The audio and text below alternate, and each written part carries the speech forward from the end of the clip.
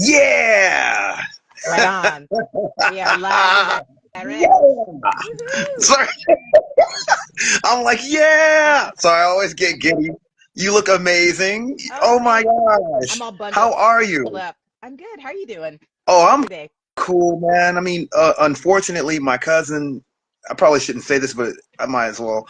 Rest in peace to my cousin Roshan. He just passed, Oh, unfortunately. But I'm so sorry. yeah. Other than that, like, you know, I know he would want me to do this interview too, like even though like, Yeah. like he was always encouraging to me, man, every time. Like he was my cousin Roshan is like a superhero. Like that brother, like he was just man, it was so many words to describe him, Yeah. like and Yeah. just totally all about just just doing the best, and loving people. You could feel it, just even by looking at him. Right. Rest in peace, memory eternal to my big cousin. Yeah. Condolences. Man, Yeah. I know you're cold out there in the NYC, man. Well, I'm cold because I'm old school and I live in an artist loft. So Oh, I have a heater behind me, but I haven't been in my studio all day, so I didn't leave the heat on. So it's a little wow, bit colder than it would normally be. man. Yeah, it's a trip because like it's cold out here, but once I see cats from like other places, I'm like, I can't say anything, man. A brother cannot Right. say nothing. No, I hear you. I hear you. I mean, we got some snow, but it's New York, so it's all slush now.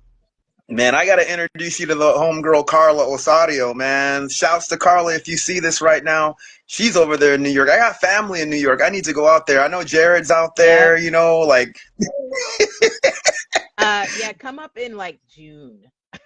man, shoot. It was cold where I was. I'm taking my hat off now because it's getting toasty. Yeah, Man.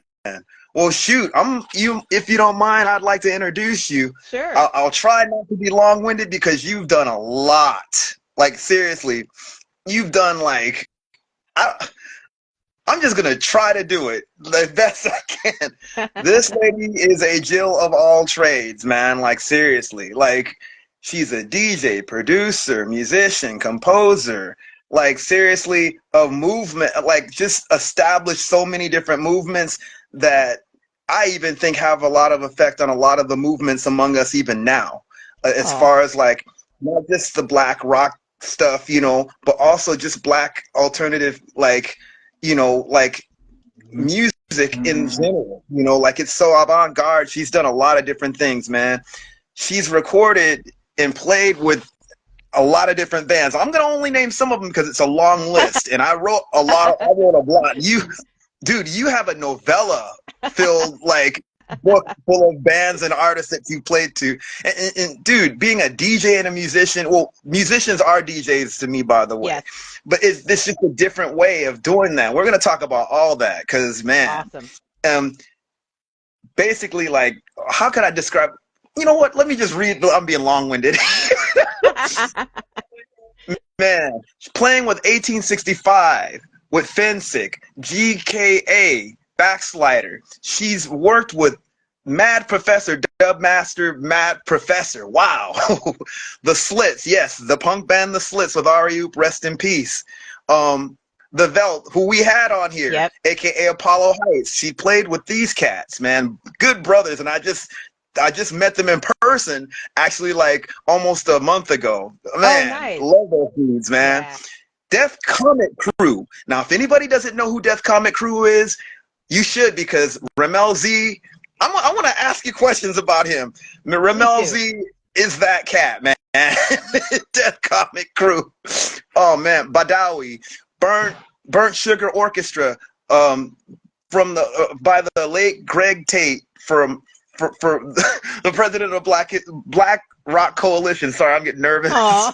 Pollen, DJ Olive. I mean, dude, you've done so much. She's a part of a different collectives and associations. Of course, I mentioned the Black Rock Coalition, which she is a member of. The UFO Confidential. Man, that's pretty cool. I dig that name already. And she's a mentor with the Underground Producer Alliance. I want to talk about that as well. Okay. Um, has had her songs, man, in movies like Everything's Gonna Be All White, Woke, Sorry Haters, PR, which is an indie film, Greece Greece and the UK. That's what Yeah. I read. Um, Yep. and Pariah, and her written work is with Razor Cake Zine. I love that zine. I haven't seen any issues in a while, but I dig that zine. And Black Punk Now, which actually came out last year with a collaborative with James Spooner and Chris Terry. And I think even didn't Reagan, Peppermint Reagan, Yeah. do some art in there. So Yeah. I Yeah. still need to get that Yeah. book. Uh, Yeah, those are the homies, man. James, cool brother. And as a matter of fact, that's the first time that I actually heard about you was through his movie Afropunk. I remember seeing this chick all leathered out. She had a mohawk and kind of had this like just real like just tough but really like really just soft look to you. But it looked like you're not gonna mess with like nobody could even mess with you, man. You know what I'm saying?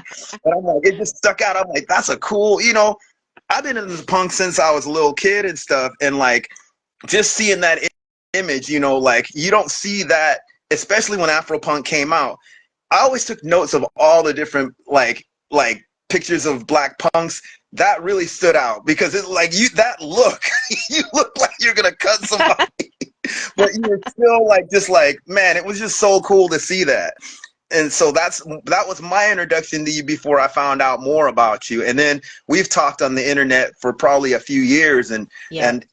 also because of that video that who I won't mention made about 1865. I'm like, let me tell Honeychild Oh, the hater. and yeah, the hater, the lying Woo! hater at that. Yeah. I'm like, man, let me tell Chuck Treese, and I'm gonna tell on him. Yeah. It's so crazy how that blew up and then just disappeared. You can't find it now. It's Yeah, gone. that is funny. Well, my Mm-hmm. video is still up, even though I'm shadow banned At for talking least you about. did it, though. Oh At yeah, least you did it. yeah. I was, and I'm not gonna lie. Like I was pissed off when I did it. Yeah. I was really pissed off because all that stuff. It's always been there, and then you got guys like that particular person, um, that had the nerves to think because he made the comment about him fighting against Nazis and stuff, and like he earned just the right to be a complete tool, a complete bigot, an anti-black racist. So I'm like, you know what? I don't give a care, dude. Like, let me say Yeah. something to this cat. I got trolled a lot. I don't care. Yeah. Like Yeah. I We went on got the trolled, video. but oddly, I feel like that video boosted our video viewership. Like we Are you got because serious? all of it. Yeah, because all of our followers were super. We didn't buy followers; they're all organic. And after that video dropped, and after your video, people started watching our stuff. And yeah, there's nasty comments, whatever. There's some trolls in there, but in general, like it kind of boosted our followers. That's So rad. he helped us. That's freaking cool. Man, Yeah. yeah, I was just like, there's some things I'm like, I probably should have did this video. Dude, I was, I was pissed off. I'm like, Yeah. first of all, let me fool this cat, man, and all the stuff that he was saying, anyone would just fall for because they're just drooling at the mouth for anything anti-black and discrediting us. Yeah. So I'm like, all right, let me throw a little bit of the history that I know about not just punk, but our people in that. That's why I Right. even started. I mean, I've been studying this stuff for a while, so it's like, one of the reasons I started it was because of just such willful ignorance, but also more so to give us a voice to each other. I feel like Exactly. we don't have that, and that's why for me, a lot of the stuff that you've been involved in, it's really cool because it seems like you've done just that. You've given us a voice, especially females. Like especially women. When it comes to like black punk rock, and metal and alternative. Um, so I have to ask this. Like, I wasn't going to start with this because I was going to do it later, but we're almost going to be on the anniversary, 26 or 27 years, no, 24 years of uh, Sister Girl Riot, right? Okay. Okay. Is it 24 years? Uh, 97, right? 90, 98. 98? Yeah. Man, wow, it's so cool, man. I mean, So I have to ask this. Just like, what were the origins of that? And just, I mean, a part of me thinks I know. Oh, Maya says, "Hey, what's Yep. up, Maya?" She says Amaya's in the 26 house. years. Yep. Yep. Man. And shouts to Maya Goddess too. Thank you. You, Tamar, Honeychild, and Simi, man. I really appreciate you girls. Ladies, sorry. Oh, I don't want to be inappropriate. But thank you all. And I just want to ask, like, what are the origins of this? I'm just curious if you don't mind me asking. I'm long-winded like Um, heck. I always try to not tell the same story every time, but the long and short of it is we all met each other pretty much in the East Village in different little circles. And then Tamar kind of glued us all together. Like she didn't Wow. know that I knew Simi already. I met Simi because Simi's roommate met me when I was a busker in the subway. And Tamar met Maya through Lukman, through Funkface. Um, Wow. I don't remember how Tamar met Simi. Maybe Maya does. But all I know is I met Tamar because sh- she and my roommate belonged to the same food co-op, and she like came over for dinner one night, and then me and my roommate Karen were like, "Wow, she's really cool." So we became her friend, and she, I guess after she met Maya, she wanted us all to meet, so she invited us to a show. I want to say that show was at Brownies, but Maya, correct me if I'm wrong. We get to the show and Simi's on stage. And I'm like, I know her.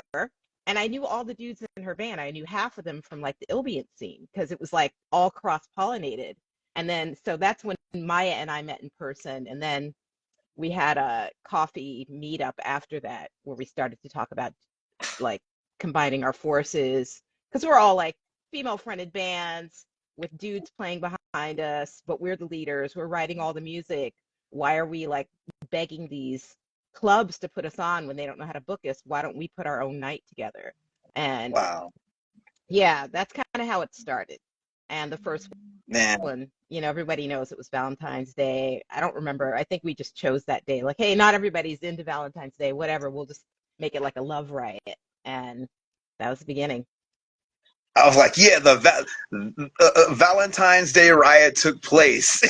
A real Valentine's Day Yeah. riot. Yeah. And how would you say, like, so for me, I feel like you guys have influenced a lot, you know, but I want to hear like what you think the impact of Sister Girl Riot, was the Sister Girl Riot movement was, if you don't mind me, whether it be personal or even on a grand scale, like. Yeah. I'll be honest, like, as I get older and time passes and more younger scenes bloom and different things, it's a little bit easier to see it now when it was happening because we were just so excited to meet each other and realize I'm not the only one. And also, a big emotional part of it for all of us was we had never played for such a large, predominantly Black audience before. We're out here making rock Wow. and roll, but the crowd is mostly white because that's the cliche. And that's not the case now in 2024. But in 1998, you didn't see Black women on stage with a guitar playing heavy hard rock and punk like us. Like No. the bands that came before us, bands like Faith and like Felicia Collins and all the kind of older sisters, they were in a different scene and they were doing different kinds of gigs. And we were just kind of like the next iteration, for lack of a better description, but also just the way we presented ourselves, all of our different styles, because we all were very different. Um, but we all accepted each other. Like there was no competition, which I find to also be very unusual because women are conditioned to compete. Like that's just Mm. the trash we reject, but that's just what's put on us. So looking back, I can remember so vividly, like, wow, we're part of this world and now we're taking up that space. And I know for myself, I felt much more confident talking about rock and roll after I met the other sister girls, whereas before I was very quiet about it. I was just like Mm. doing open mics. I'd never really had a band before. Um, the first drummer I ever played with was Damali Young, and he was in Tamara's band, Song of Seven. But I also met him through like kind of the electronic drum and bass scene because he was friends with Q-Max. So like I came in through the back door of the punk world, like through a random way. But in the end, I was like, wow, here's all these other black nerds that like the same stuff I like. And we all look different and nobody's trying to like one up anyone. And that to me is huge because it's about community. Wow. If you don't mind me asking, why did you feel a little shy at first, when it came to just, when you mentioned, like when it came to rock and roll, like, or admitting, not to say that you were ashamed of it, but like, why did you feel the way that you were just saying that you felt, if you don't mind me asking that? Oh, sure. I started playing music, what people would say is a little later in life, because I was in my mid-20s. Most people start in high school. So, most of my life I was visual art, drawing, painting, making clothes. Like by the time I like got the courage to pick up a guitar and like, oh, this is what I want to do, I didn't know any other musicians. One, I definitely didn't know women doing what I wanted to do, and I didn't know any black women doing it. So I didn't quite know like how to talk about it. Like it's one of the reasons I personally was doing like open mics 4 nights a week to meet other people to figure out like where do I go, where's my scene, where are my people. So the scene I was actively in while I was doing that was the ambient electronic and dub scene, which was great. And those guys are my brothers and it's awesome. But like I heard people saying comments like, yeah, guitar is passe. And, like they went through their teen angst of like playing metal guitar or whatever. They were over it. They were on to other things.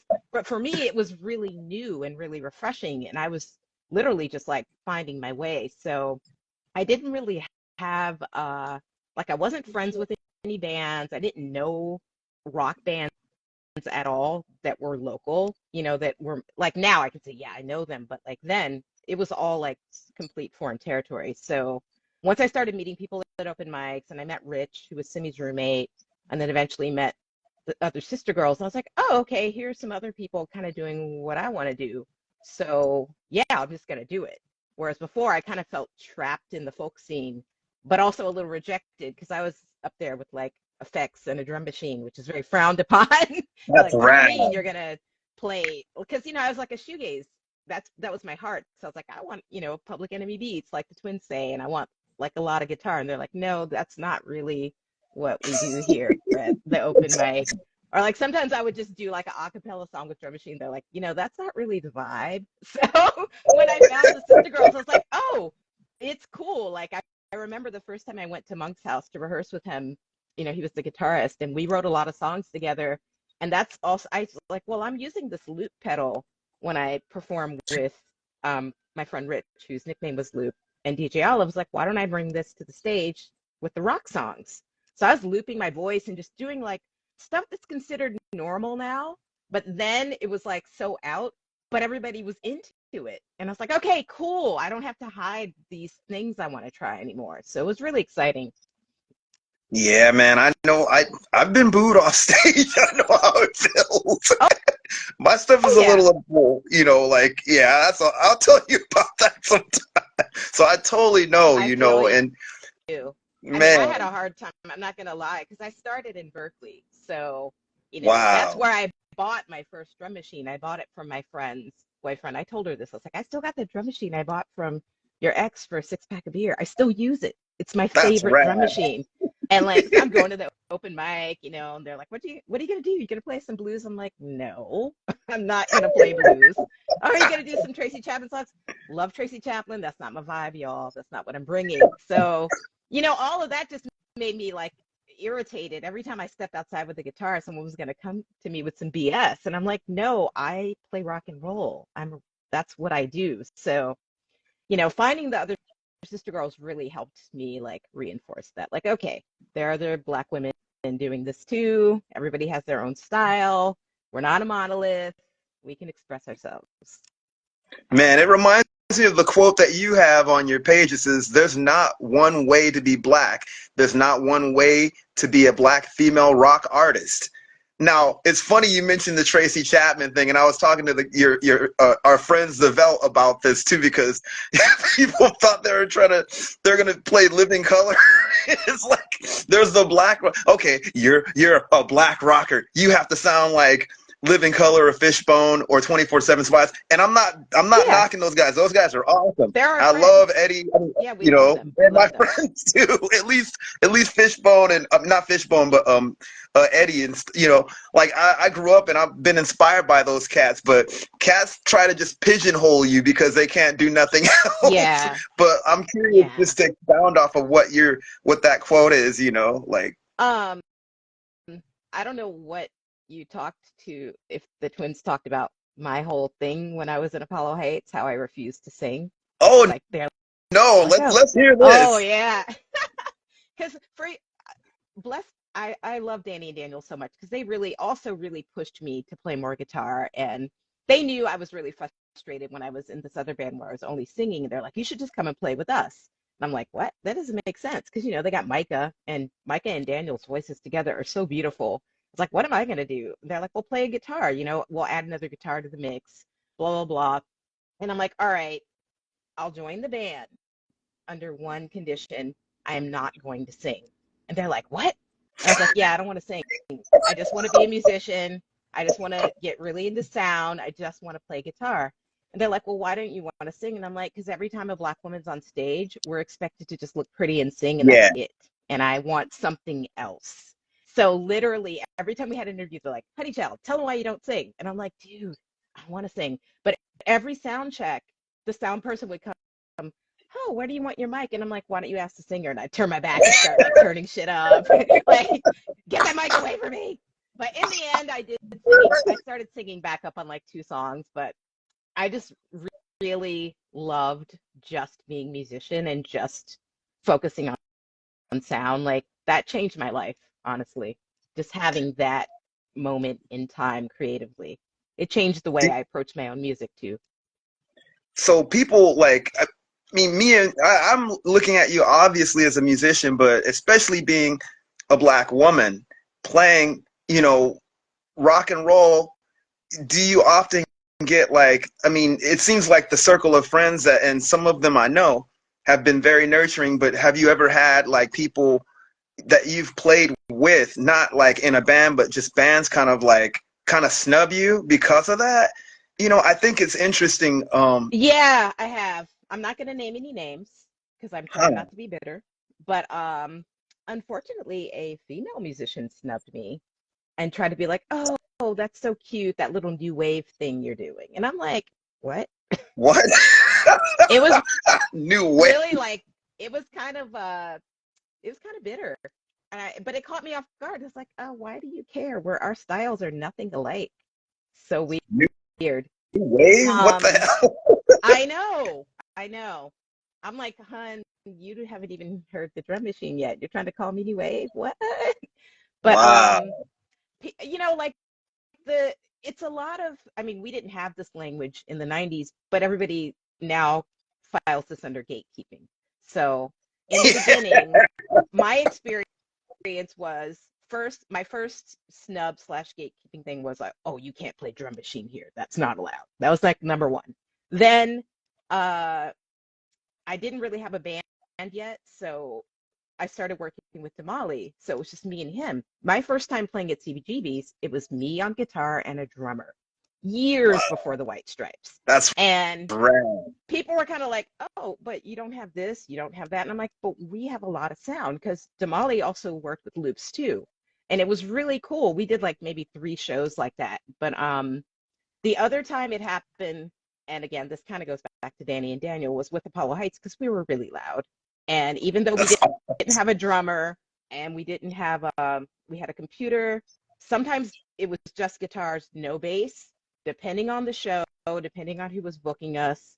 People would be like, well, you guys can't play unless you have drums. Or you can't play unless you have a bass player. Like sometimes we'd have to get a random person to play with us to get a gig. And I'm like, that's not art. that's What kind of ridiculous, man. fascist craziness is this? But white That's people can just do it. ridiculous. It's only rules put on us, is what I've witnessed. So, it just makes you. I remember so vividly, like the first time I started working overseas and then coming back and being like, okay, there's a whole list of clubs I'm never playing again because now I understand how I should be treated as an artist. It's not even Man, just about the money, it's about respect. And going with them when we first went to Paris, the first gig we got, the sound man came up to us and said, "Oh, we want to see your set list so you can design what color you want the lights." We almost started crying. Wow. Like, oh, we get to choose the lights? Where That's am I rad. right now? Yeah, so it just, you have these experiences where the people are open to hear what you want to do, or they're ready to tell you what you're not allowed to do. And it's changing. This is, I'm talking like 10, 15 years ago. It's definitely changed a bit since then. But those are the barriers I came up against. And it just made me kind of fight harder. Like, okay, well, that's not a place for me to play. It's not the only place in the world. But you don't really know that if you never get out of your hometown, because you just think like these are the only places I can be. And New York is, I'm sorry, the worst. Because people just think, well, if I can't play in New York, why bother? And it's like, there's a whole world out there, any place. You're not stuck just because you live in New York. So, Wow. I speaking of living in hometowns, you're originally from Kentucky. I wish my friend Joel, I interviewed him for last month. He's another Kentucky native. How was that? I mean, there's a few other questions I wanted to ask you based on like, how you got into playing and stuff. But how was it? I mean, were you playing in Kentucky at all, or have you ever played there? Like, how was it growing up even there? Especially being you, you know? I know. Well, I mean, I grew up we were like the only black family in the white suburbs, but Wow. Kentucky, well, Louisville particularly is its own thing because it's a blue city in the red state. It's also a big university city. So our radio programming there was amazing. Everybody I knew pretty much listened to everything. There was no like weird music snobbery, except, of course, punk or new wave, like really hard stuff. But my friends in high school and I all kind of sought out alternative music that wasn't accessible. And then we were able to get into some clubs during the week where we could hear the DJs that would come to New York and buy records. So that I wasn't a musician then, but I was completely obsessed with music. Like when I went to my 10-year high school reunion, no one was shocked that I was suddenly a musician. They're like, Psh, all you did was talk about music and spend all your money on records. We knew you weren't going to be an artist as soon as you got to New York. I was like, well, it didn't happen that quick, but like none of them were shocked. They're like, yeah, we were just waiting for you to like come back with a guitar. And I'm like, really? Because I was just in denial, in such denial. So I feel really grateful that I was surrounded by so much music. And also, my dad managed bands. Like my older cousins were in like funk show bands, so I was always around it. Wow. But I didn't play any gigs in Kentucky until I came back from California. I would do like some coffee house gigs, and then um, in 2003, there's a journalist there named Michael Jones, shout out, who had gone to Chicago and seen a screening of Afropunk. And he read all the credits at the end and realized, like, oh, there's people in the movie who are from Louisville. And it was like me and Jalil, but I think Jalil was on tour at the time. So he invited me to come play at the screening. So Wow. I got to go to my hometown. My whole family came to see Afropunk. And then my brother Don played drums with me and we did a whole set. And it was like Homer Simpson, Homer Palooza vibes. Like, I'm a hometown freak coming back. Everybody's going to see what I've been doing out in the world. But it was really fun. And I've actually become pretty good friends with Michael now. And he just contributed to a music anthology book about artists from Louisville that is launching in March. So I'm going back for that. That's rad. Yeah, it was pretty Who are you? cool. I'm sorry. I'm sorry. I didn't mean to interrupt. That's so cool, man. Like this, especially having your whole family see you, like, and I'm sure your dad's proud, man. Like I'm sure he was proud to see you rocking out up there. Like, oh, that's my girl. Like, He was like, I feel like we kind of crushed his dreams a little because he wanted us to be like the Jackson 5, like I remember the day like he came home with like all the instruments and the amps and everything. And because all of my brothers play like guitar and bass and everything, and I wasn't even playing then, but I would kind of sneak and play guitar if my brother was out playing baseball. I was like, "How do you mind?" He's like, "Sure, go ahead." And I just like be in there trying to teach myself Go-Go's and Joan Jett songs. that's so cool. But anytime I have a gig, especially if my brother's playing with me, he's like, "Oh, do you guys need to get drums?" You know, like he'll help us with the back line and stuff. Um, but the thing that for me, the thing about my family seeing Afro punk and especially my dad, because you know, like when I started really getting into rock, my parents were kind of freaked out because they're like, well, what is this? You're listening to all this loud music all of a sudden. Um, so for him to hear other Black people's experience, that it wasn't about trying to be white or it wasn't a Yeah, rejection of Blackness, was deep. So that's that was so cool. cool for them to like see that. Man, yeah, it's I could say like my parents were they actually I mean my parents were they how could I say this? They took me when I was a kid, it took me to my first punk and new wave show. So What? I mean, I come from a musical background myself, you That's know, like awesome. and just you know, they probably weren't really into some of the extreme stuff that I'm into, but they actually cultivated that, you know, and I'm glad like I mean I could say my mom gave me my first mohawk. She was a hairstylist. But then if you see my Wow. mom, people would probably think that she was punk. She had piercings and stuff when I was in the sixth grade in the 80s, you know, like, and Wow. that was when like only punk rockers probably did that, you know, like, and dyed her hair. I mean, both my parents definitely like seriously, like cultivated a lot of what I'm into as far as that. And so that's why I really resonate with what you're saying about your family too, man. Like my brothers and sisters are all artists. I mean, I'm probably the only like I guess instrumental musician. My brother has I mean he produces and stuff. That's his instrument and all that. And my sisters do all kinds of other cool stuff in the arts. You Yeah. know, so that's so cool, man. Like that you have that, and I'm sure they're proud. I know that they dig what you're doing, and especially with all the stuff that you're doing. But I have to ask this now: Okay. who were artists that had an impression on you? I don't like to use the word influence because people it sometimes some people think like it's not a good word to use. Sorry, I'm all like kind Sure. of No, no, it's okay. I mean, I talk about this a lot. And I don't, I wouldn't say either one is more than the other, but I'm a huge Bo Diddley fan, oh like since heck yeah, childhood. I don't know, like I had a lot of old records when I was really small. Like I feel like most of my records were from the 50s or like a lot of surf rock, so that's probably what honestly drew me to the guitar. And he was still alive then, and he was still on TV a lot and doing, you know, like he did New Year's Rockin' Eve every year and whatever. So I really loved Bo Diddley, and I mean, I even like loved his fashion sense, everything, oh yeah. glasses, name it. But the other, because I was super obsessed with the 50s, for some random reason, I really got into Blondie. And Hmm. what we did, like me and all my friends in high school, is if we found a band that we liked, we went backwards to see what else they did. So with Blondie, I went backwards from Heart of Glass to her or their album Plastic Letters, and Debbie Harry's dressed like a sock hopper. She's got peg jeans and saddle shoes and all the. So at the height of disco, aging myself, I started dressing exactly like that. I pegged my That's so jeans. I had big ass cuffs. I was dressed. I had the scarf, the satin jacket, like I was in a girl gang. I was like sixth grade, completely obsessed with the 50s, and you can only imagine the grief. that's How much of my rad. clowns, they're like, I don't even remember what nicknames they called me, but like they were not ready.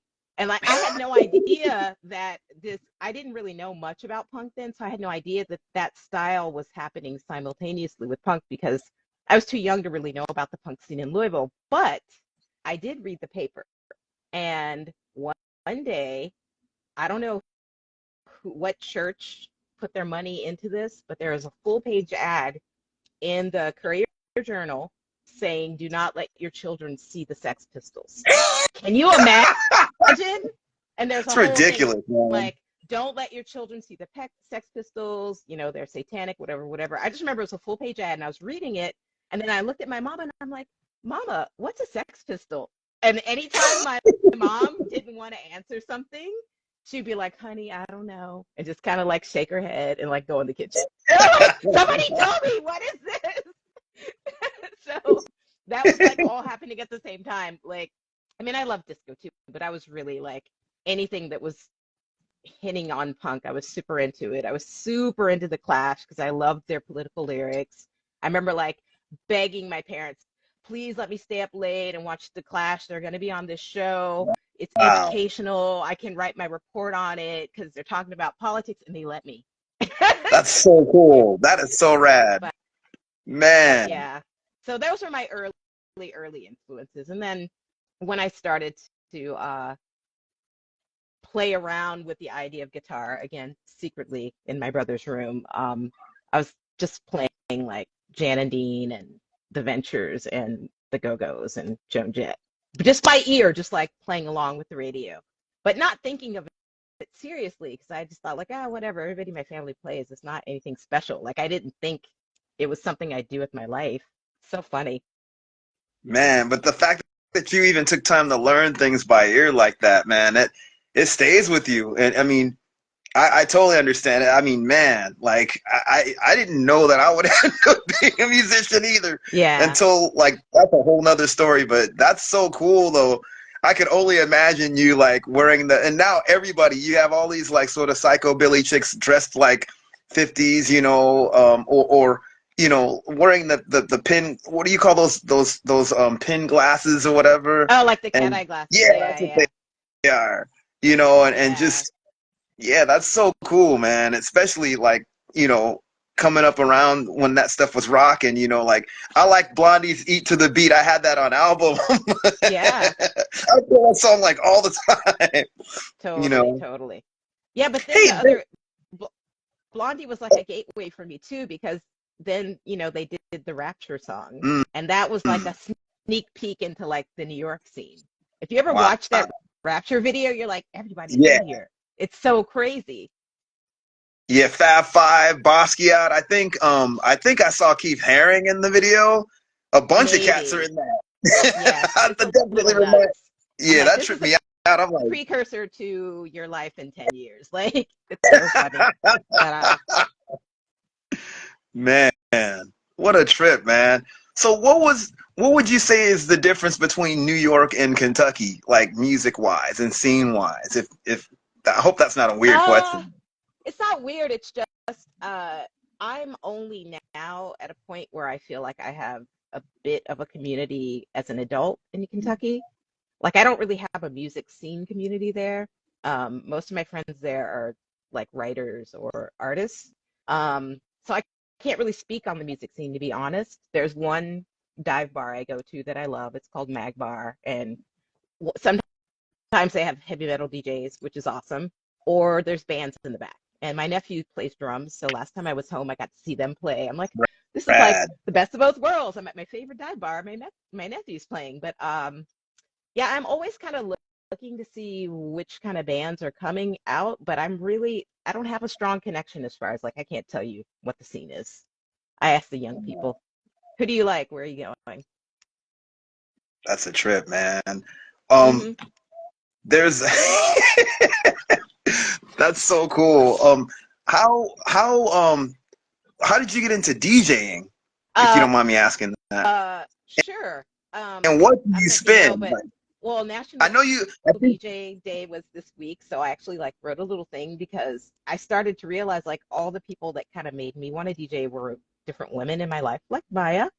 Um, the first woman DJ I knew in real life was DJ Reborn in Oakland, and this is at a time when it was like the top of native tongue slash conscious hip hop mixed with like a little rare groove because rare groove was super huge there, and she was so amazing. I mean, she's huge now. She's Lauren Hill's DJ, but like I knew Wow. her back in Oakland, at house parties, and it's like, ah, that's so cool. She's a DJ, but I still wasn't thinking about doing it myself. And then I knew I'd like to make mixtapes, but I wasn't thinking on any level of ambition. And then when I met Maya, she used to DJ every Monday night at this place called La Linea.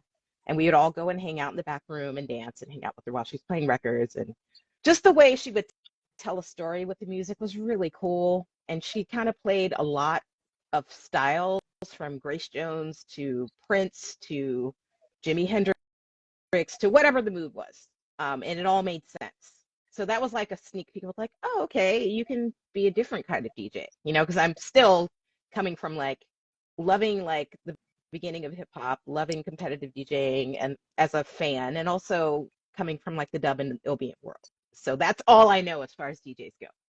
And then drum and bass happened, and a bunch of my friends were Love drum drum and and bass bass. DJs. I was going to drum and bass parties like 3 nights a week, dancing my ass off.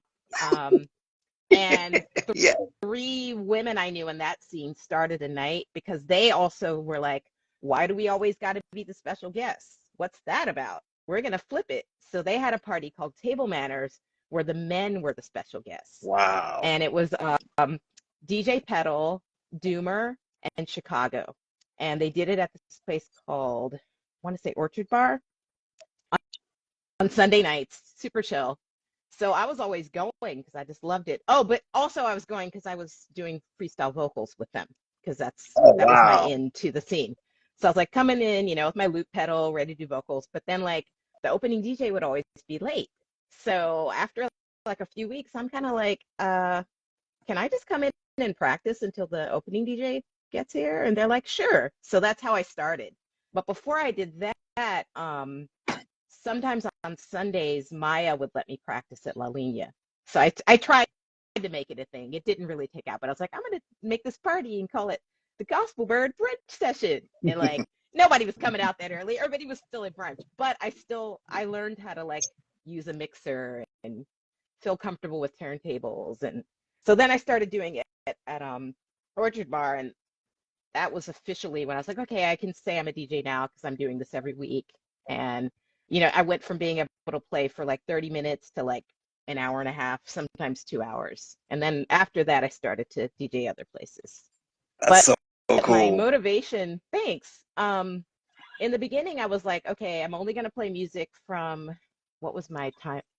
From 79 to 89, everything in between. That's So nothing newer, nothing older. And it was some like grunge, some not really grunge, more like punk, post-punk, new wave, electro-funk. But then as I started playing more, I realized like, oh, there's all these great bands in New York that don't get radio play and the music's danceable. How come nobody's spinning it? So that got infused into my sets. wow. And that's still kind of my attitude now. It's like I always try to mix in a lot of underground stuff.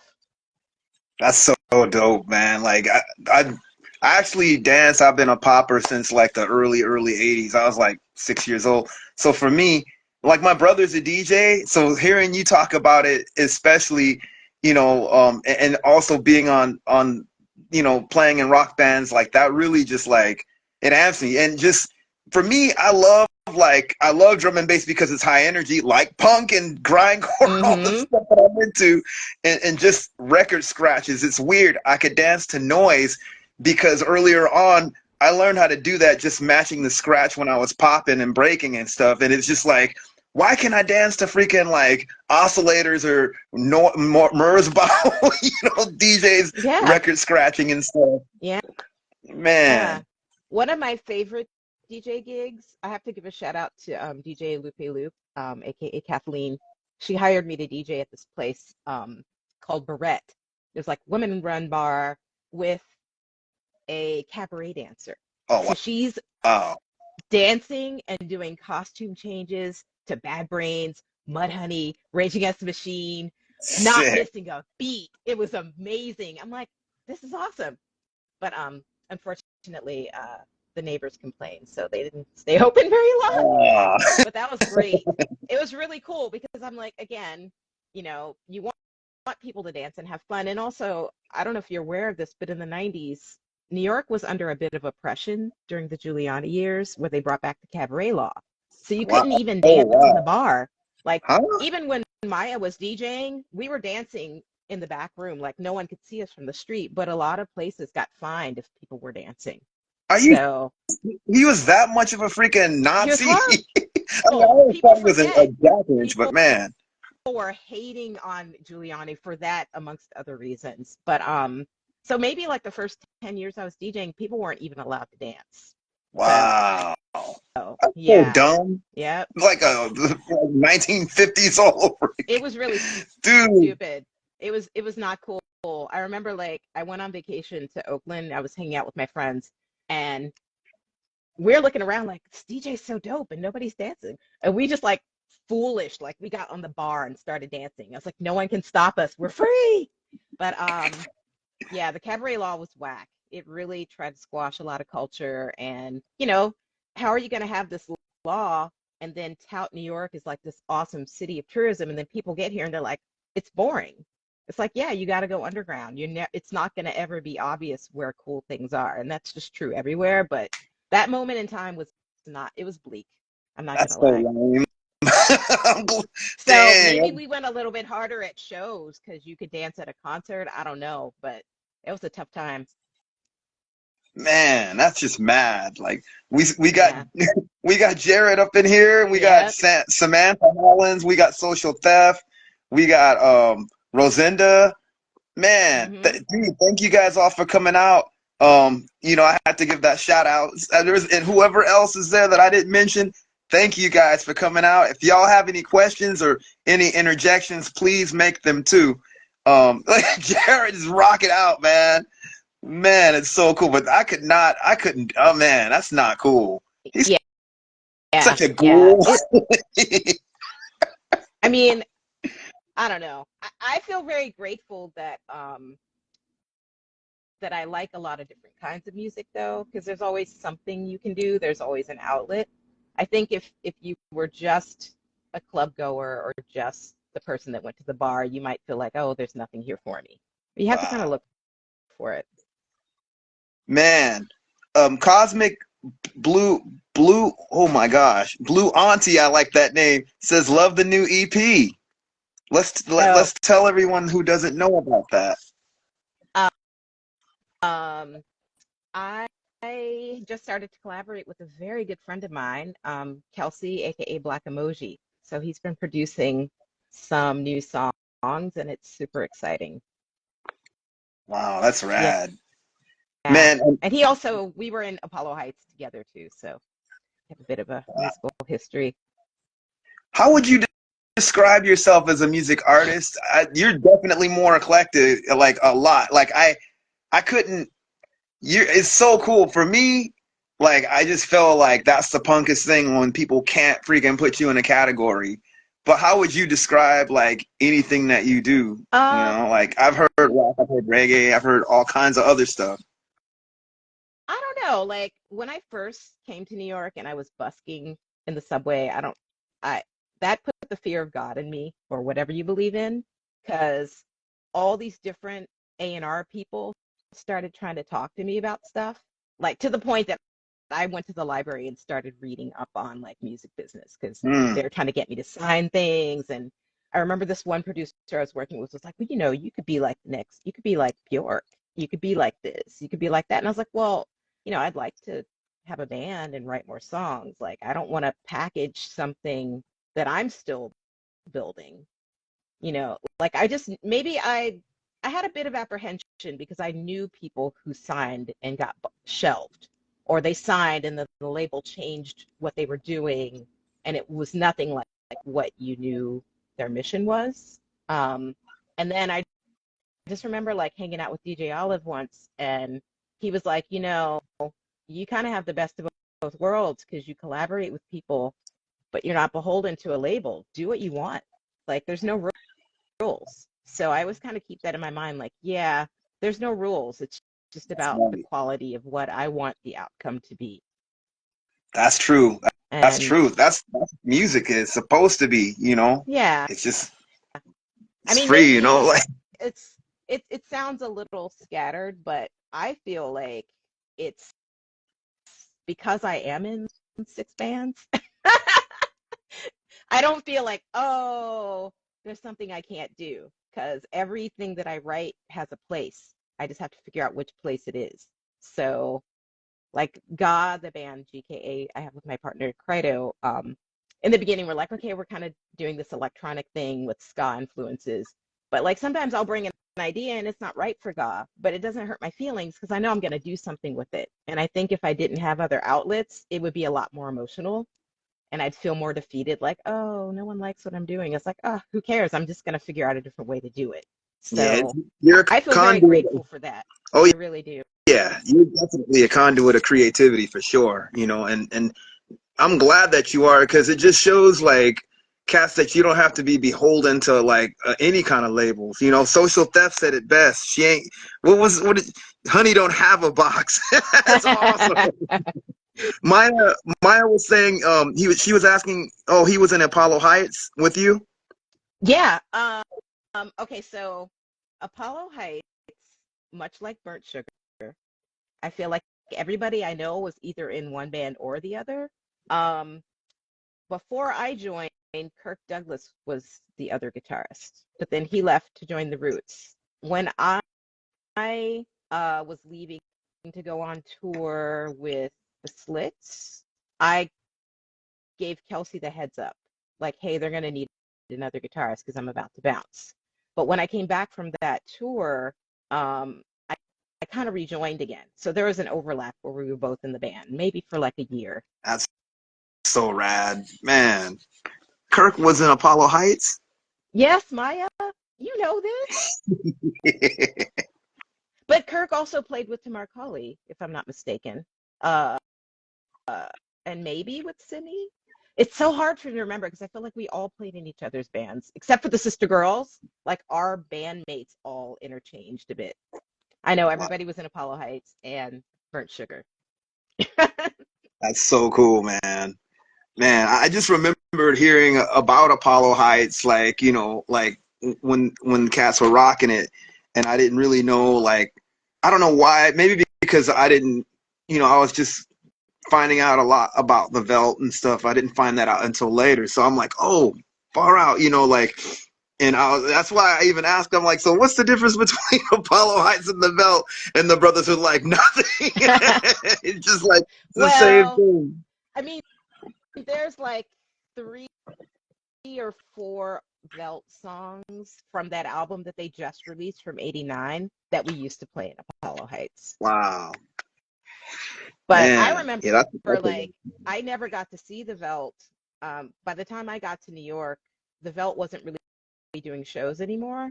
Like when I met wow. them, they had done like a few shows and then they kind of, it's around the time probably when they were being shelved by the label and went through all that. So then I knew Man, Apollo Heights for years. Like I was always going to the shows. I knew all their music. So I was a big fan. And I remember they did a Velt reunion show and it was so heavy. And I was so mad at them. And I remember going up to Twins being like, this is what the Velt was? I don't understand. Why are y'all messing around? Like, I was just like, why is this band not back together? I was angry as a fan. Like, I wanted to see them again as the Velt. I And was about to say, I why felt you mad? like they had denied me their gifts because they hadn't played as the Velt. You know, like when you get crazy about a band that you're like, what do you mean you're not? That was great. Please do that. Yeah, You know, that's just where they were. But by the time they came back to the Velt, they came back so heavy. And I'm right. just proud of them. I really am. Yeah, man, talk about another group that you can't really pigeonhole.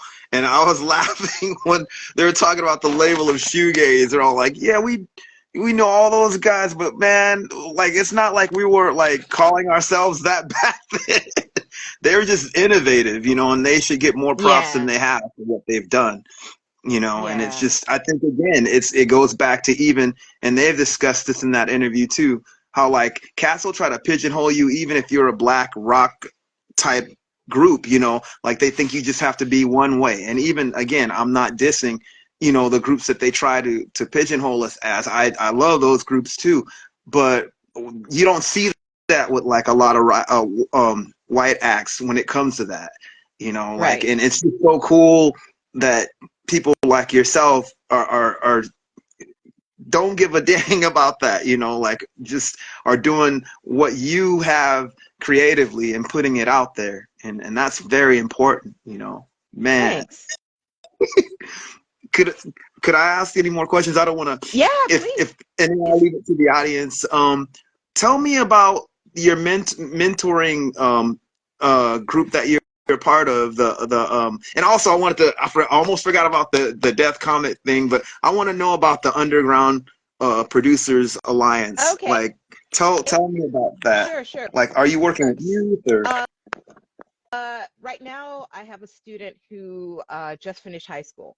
So, and I had another student around the same age a few years ago. So the Underground Producers Alliance is a mobile slash remote A&R and production school. It was started by my dear friend Roz Messina, aka Badawi. And shout out to Roz.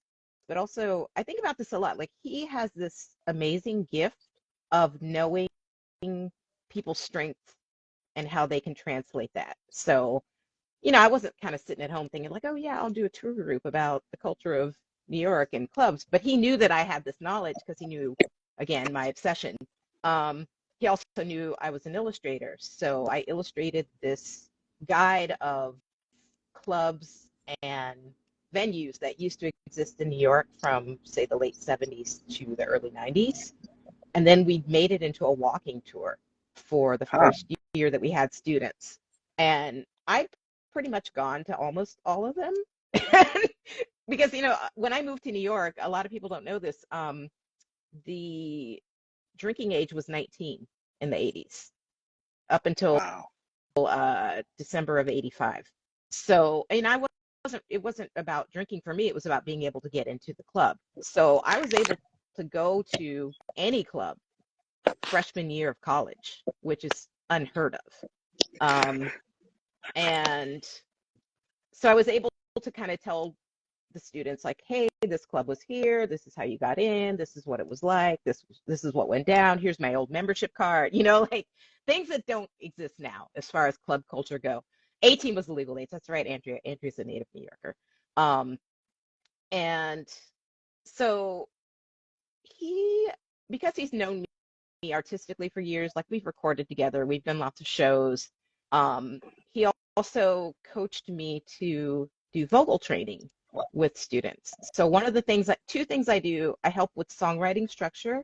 I also coach students on vocal performance with effects because that's kind of my specialty, which I honed through the dub and ambient scene, and how to control your mix. And I have to give a shout out to Monk on controlling the mix because when Monk was the first songwriter I ever worked with. And really, he kind of helped me put together my first band. But one piece of advice he gave me was control your sound because that's your secret weapon.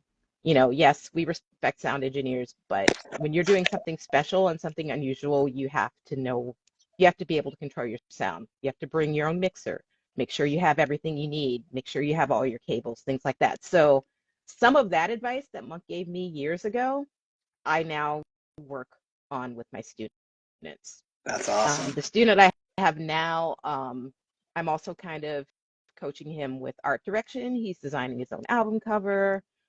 He also plays drums, so I'm very blessed to have a home studio so he can come here and do loops and play guitar and build sound and do field recordings and then take that to the studio and do other things with it. But sometimes I work with them in Roz's studio as well.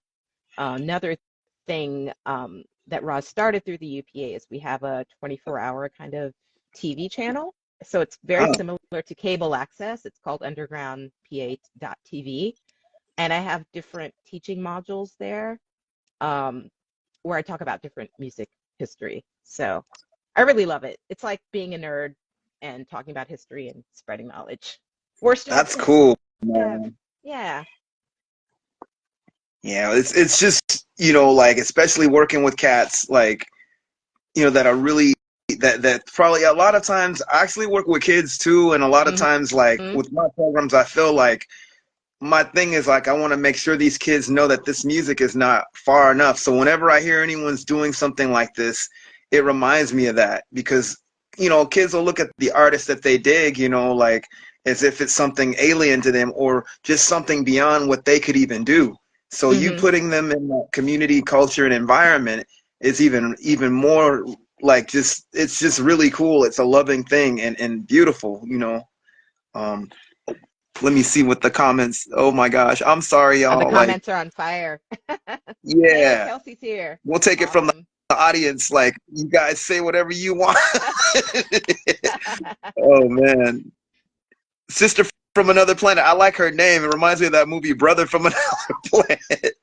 Oh man, though plenty of like legit OG New York, TJ. Wow, Props, that's so cool, Andrea. man.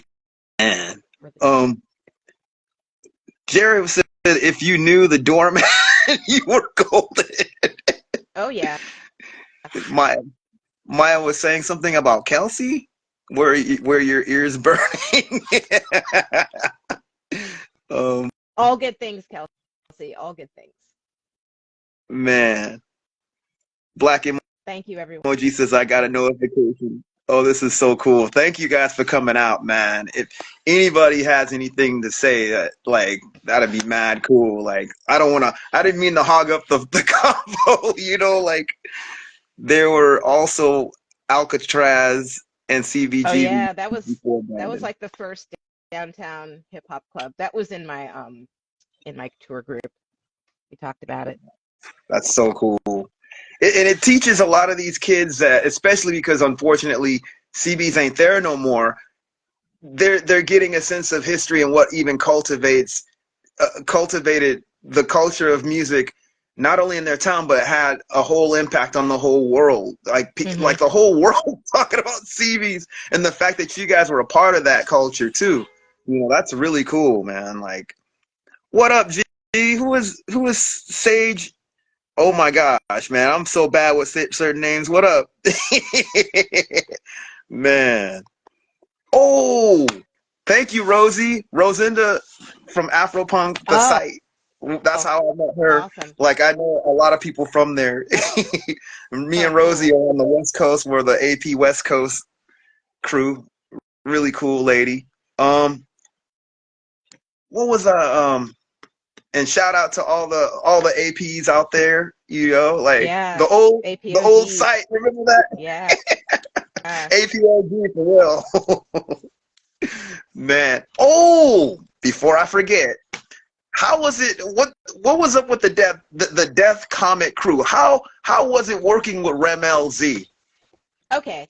I met Death Comet Crew through one night I was at APT. A friend of mine was like, "Oh, there's this listening party. You should come." And Stuart Argabright from Death Comet Crew and Black Rain was there with Michael Holman.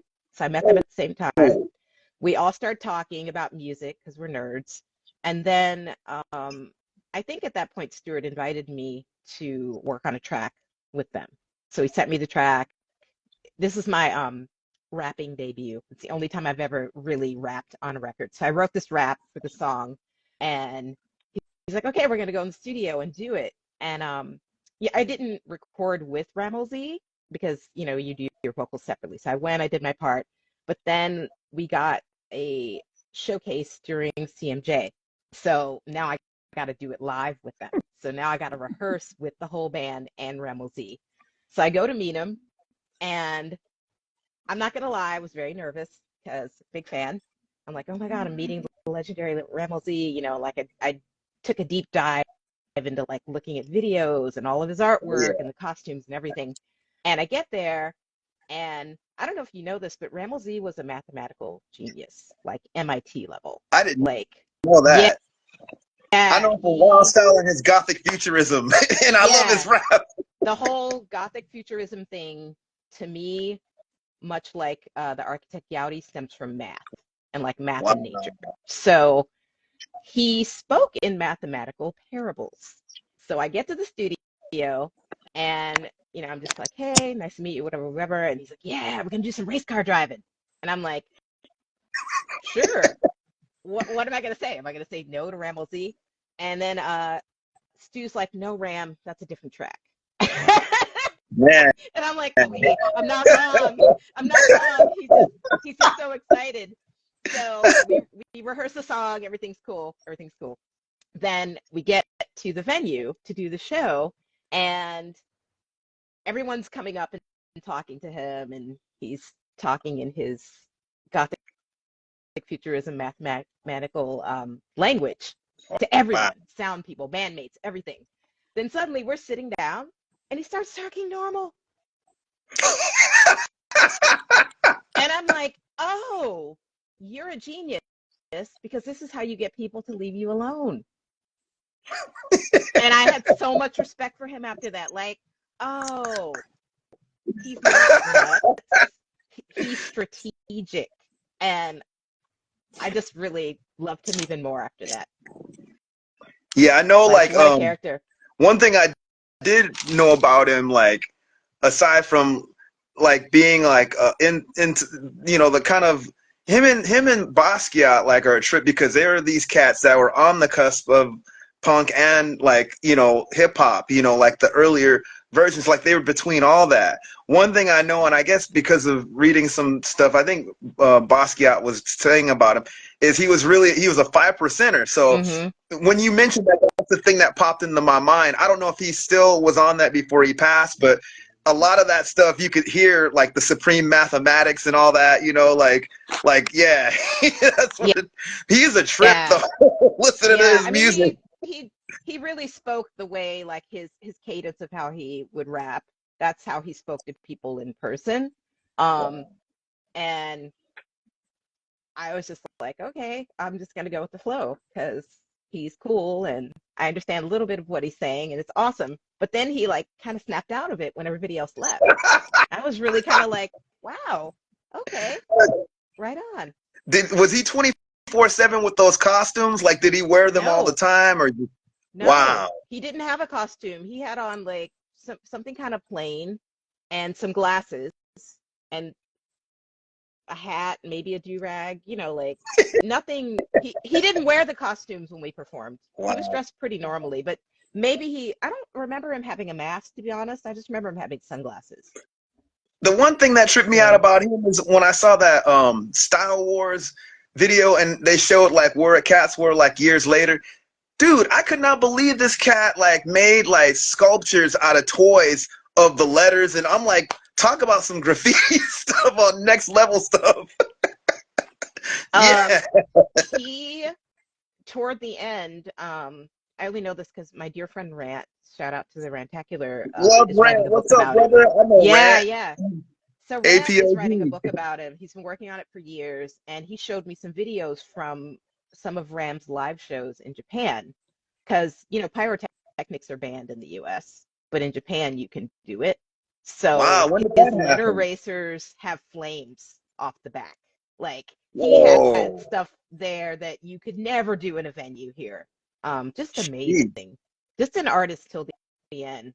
Like talk about inspiration. Yeah, man. He was a trouble. I was like, wait, I didn't know that you rocked with these cats, man. Like, Yeah. yeah, like Yeah, Ramel they're is a great. trip, man. He doesn't get as much props too. You have and shouts to Cool Keith and all that. Like those guys all kind of came up together, but you don't hear. I mean, Ramel was out there before a lot of people were, like on some avant-garde like rap stuff. Yeah. Like Yeah. he was Yeah. already out there. He was that punk rock rapper dude that you see that stuff with, a lot of different groups today, like Horror or Death Grips and all that. But he was doing that stuff long before that. People just probably are used to him with the Style Wars thing in Wild Style, but he did a lot of other trippy stuff aside from that, Yeah. I like, mean he oddly enough, I knew about Wild Style, but I didn't see it till years later. But I first heard about Ramosi through The Clash and Big Audio Dynamite. And I wow. was like, oh, what's this Ramosi character? So then, there was no internet then, so you could only find out information through reading like liner notes on records. But that's how I learned about him. Man, all those like all that stuff. I tell cats like even like my own students, I'm like, cats think just because they're in this scene that they can't associate. I'm like, dude, they were cross pollinating back then, dude. Like, like just like it's not alien, like I mean, Yeah. it's I not mean, as that was the alien as beauty you of, think. yeah, especially, I mean, I talk about this a lot. Like in the 80s in New York, it was really mixed up, especially the downtown scene. There was this club that I used to go to called Madame Rosa's. Again, I was not 21 then. It was in Tribeca in this little alley. It wasn't a big place at all, but everybody in there was someone. And Basquiat Yeah. used to DJ there. It was just like Wow. they painted the walls every week. You could come in and tag up the walls. They didn't care. I remember the walls were always painted gold. I always had some marker. But like, I remember one night I went there, Malcolm McLaren was just at the bar. Another night we went, Simon Gallup from The Cure was there, just hanging out, normal. You could talk to him. Like, that was my introduction to clubbing. So this felt So like, cool. but that was also a time when you didn't bother people. Like, you might talk to them, but you weren't trying to take pictures or ask them about celebrity things. You're just trying to be normal because you're so psyched you're in the room with them. Of course you did, Andrea, at Madame Rose's. I loved that place. I loved it. Sometimes they didn't let me in though, because sometimes I was dressed too crazy and they were not feeling it. But I really loved it so much. But yeah, you just saw people being normal, hanging out, and it just seemed like okay, this is what it is. He may have been there. I don't know because I didn't know what he looked like then. I just knew his voice from records. But yeah. Man, that's so cool, man. Like seriously. I mean, wow.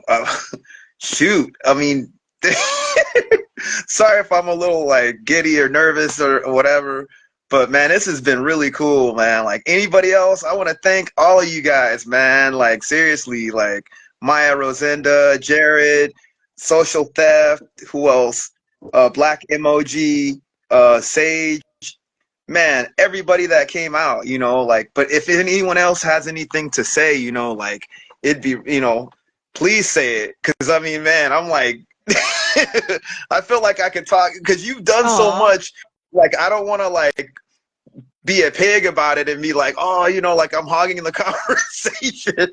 But at the same time, like, it's really appreciated. Like just, you as an artist and as a musician, of course, which of course is art. I'm tripping. And as an activist in your own right. By the way, like as far as 1865 goes, speaking of that, like I'd like to hear just how like how, the origins of that group.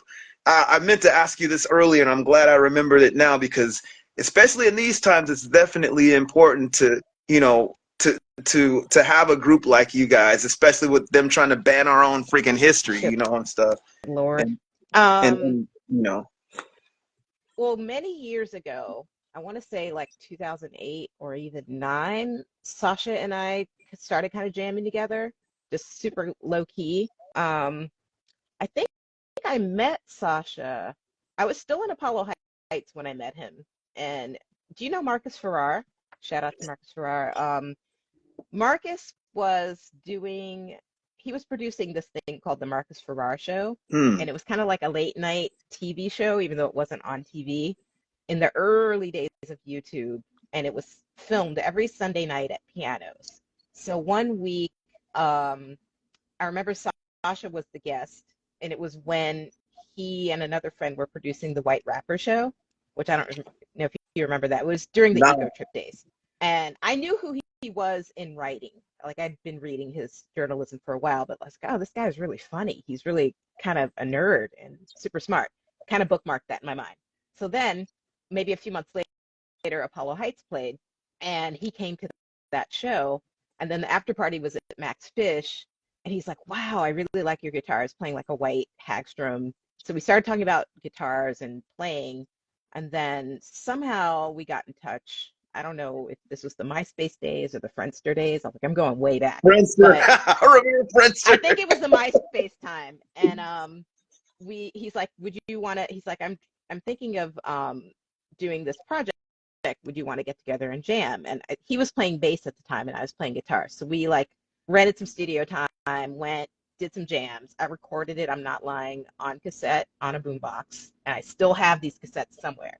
And then he got super busy and started traveling. I think around that time is when I joined the Slits. So we lost touch, but we'd always run into each other in the subway. Wow. Years go by, and he's playing with Murs. He's in White Mandingo. He's doing all this other stuff. We always kind of kept in touch.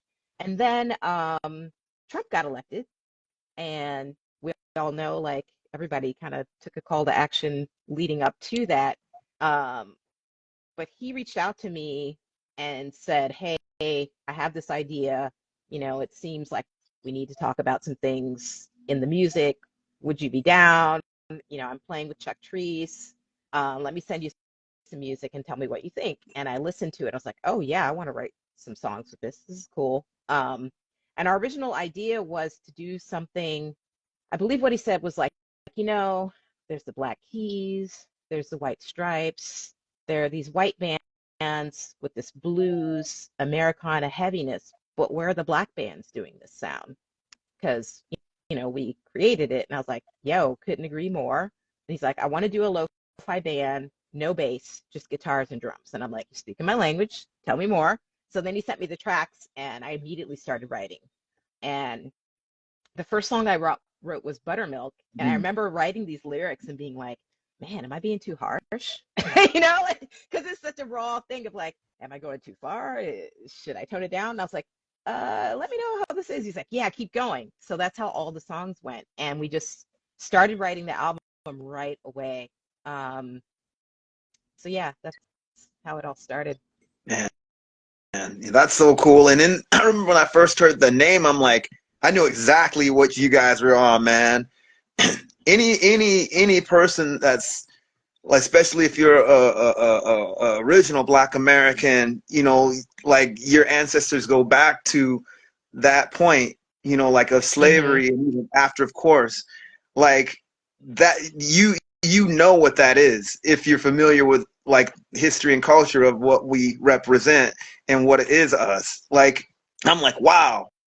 It's one thing where you're just naming the band like just, you know, like 999 or something, but 1865, it, like right away, like I could tell, and it just hit me, you know, like that band name hits you, especially if you know. And for the ones that don't know, I'm sure there's a curiosity there, you know, and it's a good thing. It's a great way to introduce like people to, you know, not only just Black history, but American history in that regard, which is Black history too. You know, I hope that makes sense, but no, just it's a new concept for a lot of people, but I love the fact that that is part of the language now. Like Black history is American history, and also just, I mean, damn, do we need more movies about just slavery? No. What was life after slavery? That's literally our starting point. When slavery ended, and also what the happened resistance next? too. Exactly. Yep. That's exactly. You know, I mean, people. I don't know if I should. Well, I'll probably. I'm debating on whether I should get into this subject, but yeah, because a lot of people are trying to ignore it now, or they'll just just get over it. Wait a minute, and I don't want to sound controversial, but I'm gonna say it. Yeah. Other cats, and no disrespect to any other culture or race, they freely get to talk about their struggles, and people identify with that. Right. But the thing is, whenever we say anything, no one, I mean, everyone wants to cry foul and victim shame us. Right. You know what, dude? Yeah, you victim shaming is not going to work on us, because that's a part of our history and culture. You're telling us to deny what our people went through. You're telling us to deny not only what cultivated us, but what cultivated the whole world. Right. Sorry about that. It just, no, like, no, it has like I to be talked about. Yeah. It has to. And I mean, you know, I just remember, like, you know, being in high school in the 80s and people being like, oh, slavery's over. Look, school's mixed. Everything's fine. And I'm like, not really. No, It's fine for it me. isn't. We have a lot of work to do still. Come on. GTFOH. We got a whole economic wealth gap. Yeah. I'm trying to not cuss, you know, for the children. But, it's fine. But, you know, you can do it. You want. The conversation isn't going to be over until the action is in motion. And right now there is no action, because there's always going to be another situation that's more important. But what's more important than the people? You know? Exactly.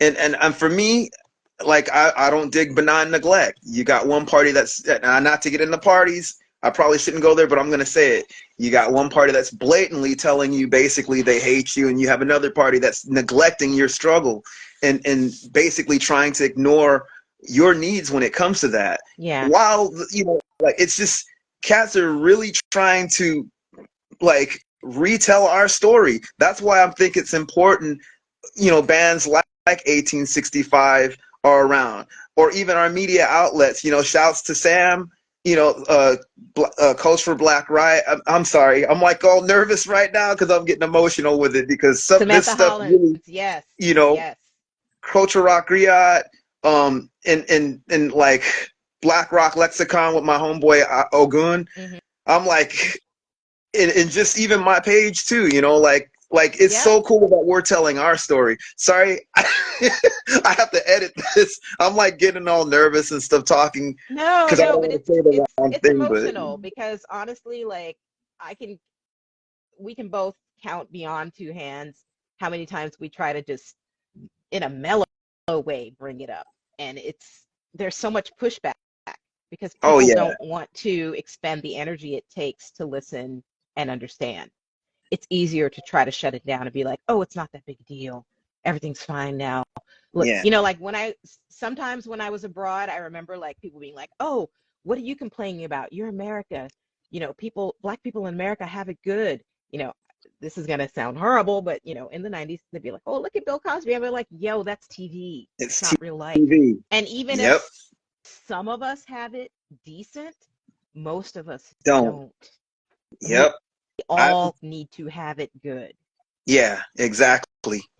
And it's the thing. It's funny because you hear all this stuff like everything just so happened, like happened to be a fairy tale after the damn 60s. I can tell you things that I went through, and I was born in the 1970s. Yeah. I remember when I was a little kid, and there's a lot of things that I could talk about that I'm like, really? Are Yeah. you serious, dude? No. And I come from Los Angeles, California. Yeah. Yeah, it's just Yeah. like I don't want to hear it. I mean, it's so funny because there's this, it's always this kind of like delusional like type thing that they want to just ignore what our struggle is. No, that's a part of our history. We respect your history and culture and all that. Ours is more than a bit different. You should respect ours. Yeah. We're not gonna tailor make our own history and culture because you feel uncomfortable talking about it. That's Right. history and that's the culture of now. Like, sorry, like No, but not to start preaching or it's anything, but important to talk yeah. about these things. I mean, I know like it's just, look, we're black in America. Exactly. So every day we have to face these things, whether they're blatant or microaggressively Yep. thrown at us. We still have to process it in order to survive. And some days we're just tired. Some Yeah. days people ask me stuff and I'm like, yo, Google is your friend. Exactly. And then I'm. It's just like cats are tired. Like we're tired of freaking explaining everything. And some of the cats already know. They're just trolling at this point. Yeah. And for me, it's just like if you really want to learn, listen, and then try to do something about Right. it. I mean, if you don't, then just go. Don't troll me and ask me why my community is this way and that way. You're not even in my community. What the Right. hell? Like, so yeah, it's Yeah. just, yeah. Thank Someone you. said something to me the other day, like it's this also touches upon why I don't have internet arguments with people anymore, because when they're like, oh, somebody said something really foul on your page, I'm like, yeah, I'm gonna leave it up because my community is gonna come for them. I don't even have to say anything. I'm gonna leave it up. I'm gonna screenshot it Yep. because I know what you said, and then you already brought it on yourself. Yep. I don't have to do anything. Maybe I'm mad at you, but I'm not going to give you any of my energy. I'm just going to leave Yep, they're on that flapping in the summer wind. jam It's screen. like, oh, Once you're on the you summer jam felt, screen, yeah. It's like you felt bold enough to come in here with that. Good luck. So, yeah, but it's good to talk about it because honestly, like, again, in all of these situations, when maybe your community isn't close to you geographically, or we've all just gone through this isolation with COVID and felt really far away from each other, we have to connect, and it's not yeah, good to hold it in. And I used to not have conversations around people outside the culture. Now I don't care because time is valuable. So I can think of situations where they're like, oh, well, let's not talk about this because, there's only two of us here who are black. I'm like, no, let's talk. Like yeah, life is short. We have to talk about what's happening in real time. People yep, not talking about things has led us to a lot of foulness that shouldn't be happening. And I don't know, I sound vague. It's late. no, But yeah, don't I feel bad. totally understand Don't where feel you're bad coming about, from. because this exchange is a gift. We don't get to talk every day. So yeah, say what's on your mind. That's how I see it. Yeah, I totally hear what you're saying. I mean, even when you're vague, Yeah. And those that know, like all the brothers and Yeah. sisters. I see you, Sam. Hmm. Sage, yep, I see all your comments, and we know Yeah. exactly what you're saying and why.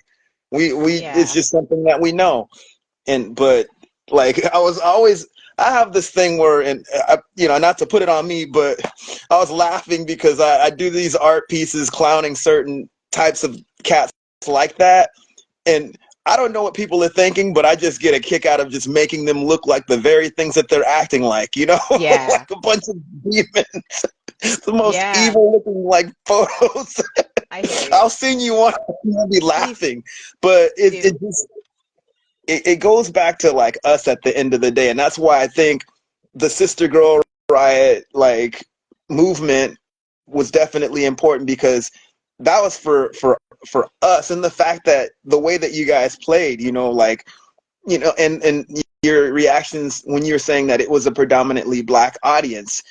I know how that, I mean, just to get that feeling, it's like, wow, this is a conversation amongst us that is happening. And that's very important. And I think us even withdrawing to our own, I don't like to use the term media, but like our own community, and even in this sense, has been really cool. That's why that's the one thing that I could say I dig about the internet and this platform. Like we've been able to really unite. Like I mentioned, Culture Rock Griot and Black Rock Lexicon. We got Brazilian homies and stuff. As Yeah. well. Like Copa Alternativa. Yeah. And and how can I forget for Paulina's group's name? Sorry, but like just that, the fact that we're giving each other that communication and love, it's really cool, because that helps to cultivate the creativity, and you guys were the start of that. And I think of you guys, I think of James, I think of like every brother and sister, and even before a lot of us, like look at what all of our ancestors went through. People like Rosetta Tharpe, people like Little Richard, Yeah. so many, Screaming Jay Hawkins, all the stuff that they went through, and they paved the way for us, even though they went through a lot of crazy stuff. Oh you yeah. know, I mean, but we're the living extension of what they started, and that's why we're cultivating it, and we're not going to stop doing what we do. Right. Playing this rock and roll music. I like Yeah. loud, crazy ass like music, but I'm into everything, and I will Yeah. combine and do whatever. So I thank you. No, thanks. I'm just scrolling through the comments, and thank you, Jared, for reminding me to say that I'm going to be with Burnt Sugar this weekend at Lincoln Center. If anyone's in New York City, um, Friday and Saturday. Um, somebody else was asking about, I don't even know. You guys are so great. There's so many comments in here. It's You got my awesome. girl Danielle, the homie Danielle is Yeah. in the house. Yeah, what's up? Um, if would you want to tell anyone about like Brown Sugar? Rest in peace to To Greg brother Tate. Tate. I Yeah. got to give a shout out to Greg Tate too, because he was the first journalist to talk about the Sister Girls, and Mm, he gave us our first piece of press. He wrote about us in Vibe. I don't know if y'all remember wow. Vibe magazine. Yes. Um, he did a whole piece on what's happening downtown. He was hanging out one night with Beans and one night with Micah. And I think Micah led him to the Sister Girls, because at that time Micah was my bass player. Shout out Micah Gow.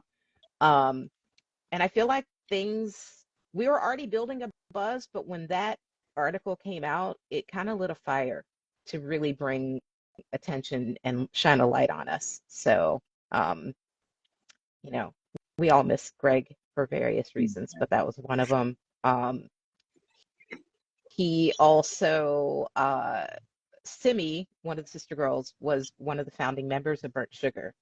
So I Wow. went to their first show, which Jared reminded us all about on Friday when we did our radio thing. And then I ended up joining the band playing Electric Mountain Dulcimer. So I did some mini tours with them, Wow. recorded on the first record, and then just have always been a big fan and supporter. So this weekend is very special because I haven't really done anything with Mert Sugar since then, and I'm gonna do a tag team DJ set with Jared Nickerson on bass. Wow. So super experimental. But just to be around a community where people are open to different sounds and trying different things, it's really liberating. Yeah, that's so cool. Definitely. You know, and man, rest in peace to the ancestor, man. Like seriously, you Yeah. know, like all you BRC cats, man. Shouts to all you guys. You guys really helped us and paved the way. People, man, I have to do like a joint interview with everybody that I know from BRC. We had Bevis Griffin on here, you Oh know, yeah. like last month, yeah, and he was talking about it, and it was. I still gotta do a part 2 and 3 with him, but I should bring Yeah. all of you guys and just give that history because it's definitely important, you know. Well, And you thank got you. Daryl McNeil is on the West Coast now. So you got to get him on. Yeah, He has that heck book yeah. coming out. He just did a book on the Isley Brothers. Wow. Yeah, Man, 33 and a third. It's coming out soon. So shout out to Daryl. Um, yeah, there are so many people playing this weekend. I can't even list them all, but Jared, thank you. Shrine for the Black Madonna are playing Saturday, yes. and I'm really psyched. Haven't Derek, seen them in years. Derek the axe slinger, he swings that axe like I don't know what, like Yep. killing cats. Both of you guys are axe slingers, man. What am I talking about? So cool, man. I Thanks. wish I could fly out there just like to check it all out, man. Like I'm over here in LA, like Well, man. maybe we got to do something out west, hopefully. Yeah. Let a brother know, man. Shoot. I Yeah. mean, man. I mean, if you want to jam out too, if you want, I'm like, I'm down to do that as well. I actually host an improv program for musicians and non-musicians. So if you guys ever come out, Lenny Still and Tex they came out to Instant Band once, and it was real cool. They jammed out with us. They had Jim Revenge from the Violators with them and stuff too. Like, so man, if you guys ever come out on a Saturday afternoon for 2 hours, that's where I am, and come over and rock out with us. Cool. Well, I didn't mean it to be a plug, but if y'all no, want no, to, but hit us up with the info or drop it in the chat so people can find it. That'll be most cool. definitely, man. Yeah, I'm Wow. hoping to be out west with the Fensick because it seems like most of our fans are on the West Coast and in South America, so we're setting our sights westerly. Yeah, there's a huge skinhead scene out here too, like a lot of trad Yeah, skins. I mean, I know you guys yeah, know that. yeah. When I was with I ran with them. Florida, I'm not a when skinny. Yeah, I got a flat jacket yeah, and all, yeah, but I'm not. yeah. When I was But in that's LA good, with the 1865, we ran into some skins. It was cool. man. Yeah, a lot of my shouts to all my Long Beach skin homies. Yeah. They know who they are. They're all trads, of course, you know. But yeah, in LA and Long Beach, Carson skins, Hmm. like there's a gang of trad skins. So I'm sure that you'll have a lot of them there. I definitely want to see y'all. That's so rad, you know. Yeah. Fingers crossed. Yeah. I kind of made a list of stuff to talk about, but we've discussed so much. Oh, I'm so sorry. Oh, I should have went No, by no, your list. no. No, not at all. I just was like, I don't want to space out. Like, let me make sure I mention some stuff, but we really touched on everything. So I appreciate it. Yeah, but if you got anything, and I just realized Sage, what's up, Sound Army? That's. I was like, which Sage is this? She's one of our sounds, Oh, man. Like Sound Army cool, too. cool. Shout to her. I was Awesome. like, which Sage? I haven't seen her in a while, but wow. But yeah, if you have anything else, please say it. I'm so sorry. I didn't mean to No, not hog at the situation. all, not at all. No, I mean you literally went down my entire resume. Like mentioned every band. I'm like, wow, you did your homework. Okay. My Man, bad. Yeah, I don't know if anyone in the thread is in New York, but Lincoln Center this weekend, and then my band Backsliders playing on Tuesday in Williamsburg at Nikki's Unisex Salon with LG. So LG plays guitar with the belt also, and he's also in really amazing shoegaze band Deadleaf Echo. I'm spacing out on the name of the second band, but that's going to be fun. that's rad. Oops, that's Ratep. That's my guitarist. Oh, okay. Man, where you been at? this brother will appear and then disappear for like a year. Oh Sorry wow. about that. I mean, he just told me that, but shouts to that brother. Yeah, this Nice. brother plays in my band as Okay. well. He's a part of Sound Army too. But no, like you guys check that gig out. Like if you're on the East Coast, like um, that's gonna be amazing. I wish that I could go out there. Like seriously, man, I really appreciate this. Like, and Jared, I see you, man. Jared has me dying laughing. Yeah.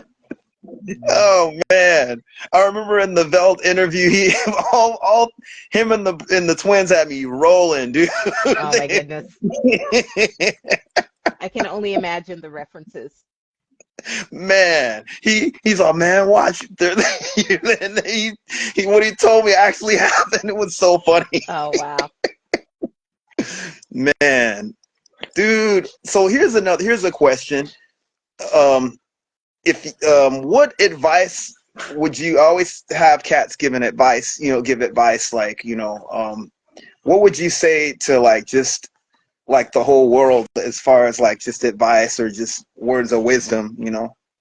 Uh, uh, about About music, politics, anything, just in life. general, in general, just in uh, general. you know, I always see these surveys or like memes or whatever where people like, what would you say to your 18-year-old self? And I always think things didn't go as planned, and that's okay because you keep going. Because the plans I had at 18 completely changed. Wow. But I went much further than I planned or envisioned. Like I think, not even I think, like my high school goal was, oh, I'm going to move to New York and then someday I'm going to France. And I've gone so many places that I never would have imagined just from being open to the change. So I think people get really, I mean, I can't speak for now, but I just feel like when I was in school, and no, maybe it is still true. When you're stressed out and you're majoring in something in college, or you're just trying to like make perfect grades and get to that next level, there's so much weight put on being perfect and reaching the goal, but you might not even want that goal anymore by the time you're Mm. there, and it's okay because you still did it. But no one tells you that. Like the way we're conditioned is like, well, you have this degree and you did nothing with it, but you always get something out of the discipline. So you kind of have to shut out a lot of outside voices. And I think when people do that and they listen to their inner voice, it can't really steer you wrong. Wow. That's profound for But real, for real. it's not like, of course I'm not rich. I don't have like this perfect, comfortable life, but I'm happy, like I don't have any regrets. And is it hard? Sure. But there's joy to balance out the hardness. And I think when people are afraid to fail, there's a lot of things they don't try that might be the right thing for them. Like you can't be an And artist and be afraid to fail. You can't no, be an artist and expect everything to be perfect. That's not art. That's you're a machine. When you're a commercial artist, yes, everything has to be perfect. When you're a graphic artist, absolutely. But when you're painting for yourself, you might hate your first 20 paintings and it's okay. But they don't tell you that in art school. You have to learn it the hard way. And I feel wow. music is the same way. Like if you're in the studio and you're like, oh, I really hate this, you're not a failure. You just got to try something else. So that's my advice. That's some wisdom. Yeah, for real. Cats need to hear that, you know. Um Winterwolf, woohoo! Love the brothers. Oh my goodness, I hope you get to see them someday. They're literally maybe my favorite new band out of New York. wow. They're doing Winterwolf? something different. Yes. Yes, Man, yes. Please check them out. I gotta check Big that out. advice. They're like Man, the you band born from the tribe, born from our Max Fish bubble that is no more. And wow. yeah, they're taking hardcore someplace else. They're the I future. definitely like I dig stuff like that, man. I'm gonna check them out. Social Thefts, check out her page too, you guys. I don't know if Uh you've seen her yeah, page. Really cool I stuff. met Social Theft. Social Theft came to New Jersey and saw the Fensick What? and Backslider. How Oh, blown away was wow. I? Yes. That's so rad. It was so awesome. I was like, what? Wait a minute. People in New York don't come to New Jersey. Okay, props. Yeah, man, I really dig her page and stuff, and like what she's Yeah, doing and all that. super cool. Man, Very man, cool. I've had man. It's one thing where you're interviewing a legend like yourself, but then to have all these legends in the comment section, Aw, social death, I'm calling you a legend too. And that's Ratep, community. I'm calling Yeah. you that. Jared, you already know, and Maya, all of you guys already know. Sam, all y'all, Rosie, you too. I mean, shoot. I don't know what else to say. I probably have a lot to say. I could ask you, man. I feel like asking you questions about Mad Professor and the slits, but I'm sure that could go on Oh, for a long time. well, we'll have But whatever you want, to talk again in a yeah, few months, maybe. Yeah. most definitely. Oh my gosh, this is so cool. Oh, thanks for having me. It's been super fun. When you're like, Thank are there any you, questions I can't ask? I'm like, oh my God, what is he going to ask me? Is it going to be super personal? Okay. I don't want to gossip about people. Okay, awesome. man. Well, peace to you. Painless. God bless, and thanks a mad lot. Like seriously, it's No, an thank you honor too. to get This you. is a You joy. know, And keep going because your show's rad. I love it. I appreciate it, man. Seriously, I really appreciate that. Oh man, thank you. Thanks a lot, you guys. Shouts to to Honeychild Coleman, and Oh, oh, tell them where to find you online, or just like your latest release and all that. oh yeah. Um, most everything's on Bandcamp, just under Honeychild Coleman or my band Backslider, but it's spelled like Johann Sebastian Bach, Bachslider. The Fensick is also on Bandcamp. The Fensick is on every platform. Ga, which is GKA, we're on Bandcamp. We have 2 EPs. I feel like I'm forgetting a band. The 865 is on Bandcamp too, as well as Spotify. And at some point this year, I will be re-releasing my first 2 albums on vinyl. So stay tuned Oh, for that. rad, Very man. exciting. Well, man, we're looking forward to it. And yes, Rosinda, you are a legend. This woman, man, she organizes a lot of stuff for the Afro punk West Coast a lot. And just as as a person, if you haven't met her, you got to meet her. I know you Oh, went out to New York that one time with Timba and a few other cats, but I don't know like who you met, Rosinda. But yeah, man, beautiful person. She's trying to downplay it. oh, But thank you, thank you. And you guys check out Honeychild Coleman and Black History of Rock and Roll, Black History of Rock and Roll, Black History of Rock and Roll. yes. Peace. Peace. Thanks. Thanks.